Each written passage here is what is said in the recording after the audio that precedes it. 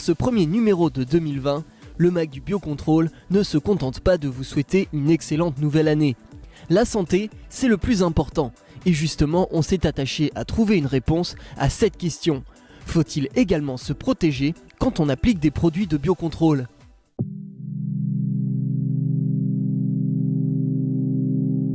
Brisons le suspense tout de suite. Pour les professionnels des équipements de protection individuelle, oui, aucun doute, le biocontrôle nécessite une protection lors de l'application. Il faut la même protection.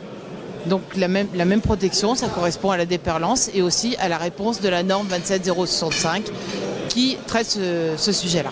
La réponse des professionnels peut s'entendre. Les produits de biocontrôle peuvent contenir des agents microbiens ou des éléments pouvant être corrosifs, au contact de la peau humaine par exemple. D'où l'importance, à titre préventif, de disposer d'une protection correspondant aux normes des EPI, notamment vis-à-vis de la durabilité des équipements.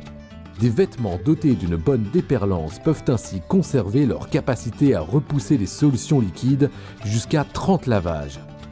Pour ce fabricant de gants, les agriculteurs utilisant des solutions liquides de biocontrôle doivent également bénéficier d'une protection de qualité. Alors pour les produits de biocontrôle, on va partir dans le même niveau de protection, dans la même protection que pour les produits phytosanitaires. Donc moi j'ai 2 gants qui sont plus spécifiques, qui vont être adaptés à l'activité, qui sont des gants étanches en nitrile, qui ont un interlock coton à l'intérieur, qui va occasionner un confort optimisé, notamment dans le fait qu'on ne va pas avoir la main qui va coller aux gants. C'est la principale caractéristique que demandent les exploitants aujourd'hui, d'avoir des produits confortables et qui répondent bien sûr aux normes. Les fabricants sont donc unanimes. Mais qu'en est-il des textes de loi ?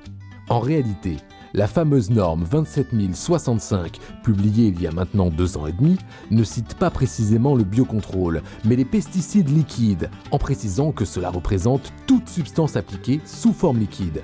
Bref, si la lecture du document peut susciter des interprétations différentes, clairement aujourd'hui, il n'existe pas de recommandations ou de normes officielles de protection dédiées aux particularités du biocontrôle. C'est donc le principe de précaution qui doit prévaloir en attendant. À la semaine prochaine pour un nouvel épisode du MAG du Biocontrôle.